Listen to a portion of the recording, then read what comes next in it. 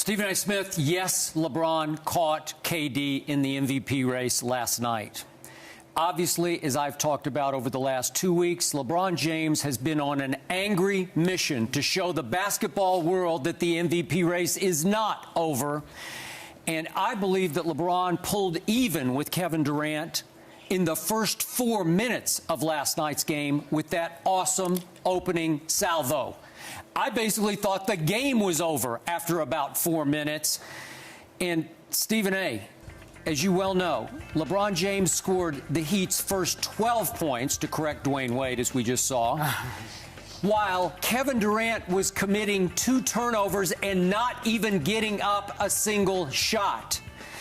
And to me, with Russell Westbrook back in all of his chest-beating form, I thought that Kevin Durant shrank last night. I barely recognized the man who was such a dynamo over the last 6 weeks, dominating this league in ways I'm not sure I've ever seen a human dominate the NBA.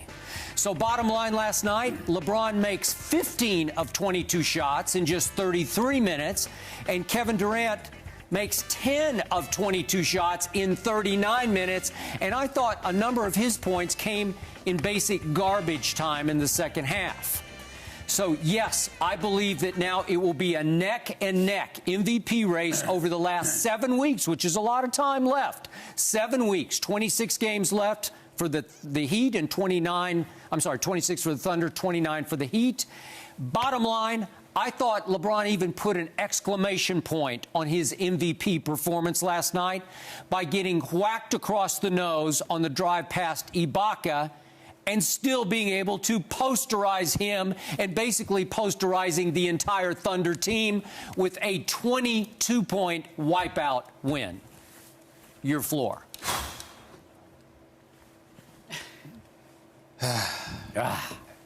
This is difficult. You know, it is difficult because I don't think any fair-minded person is going to sit there and say LeBron caught KD in the race because KD's been doing what he's been doing all season. And if you had to vote today, I still think the vote for league MVP would go to KD. But LeBron was sensational last night. And Kevin Durant put forth what I believe to be the most disappointing performance of his career. Really? In my eyes. That's strong. Well, he's KD, and I don't consider him a star. I consider him a superstar. Yep. He's a superstar person and a superstar player. He's just great. But considering the moment, for LeBron to come out, it was clear. And that's why I appreciate Chris Bosh so much, because he just put there and lie like so many people would do and act like this was just another game. It wasn't. And Chris Bosh pointed it out. Look, it wasn't just about us. Of course, we're trying to win the game. But as it pertained to those two individuals, we all heard the noise. We knew. Yep. And LeBron knew. And LeBron came out and he was ready. That's why I appreciate D. Wade so much, because D. Wade echoed those sentiments. LeBron sensed the moment and embraced it and was like, really? This is what we're doing now? We forgot who I am? Let me remind y'all. Y'all better ask somebody. And I knew LeBron was going to do that. I just expected Durant to answer. And to me, I don't care about it. It was the most meaningless 28 points of Kevin Durant's career. Yeah, I'll buy that. It was just meaningless, okay? Yes, Russell Westbrook, you know, it might have been a wrong game for him to come back, which was what we speculated about early in the week, because you're going up against the Heat. Remember when I told you I was a bit hesitant about that?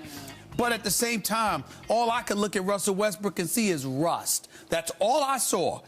I still saw Russell Westbrook. I just saw a rusty Russell Westbrook. So it was rusty Westbrook. It was rusty Westbrook. But when I looked at Durant, that is not the player I have been watching. I don't know that guy. How do you go nearly the first 6? I don't care about how exceptional Miami's defense was, whether it's 2 or 3 people everywhere you go, Eric Spoelstra coming up with all of these schemes. I don't care. You're 6'11". You can pull up from 30, and you don't attempt a shot for nearly the first 6 minutes of the game.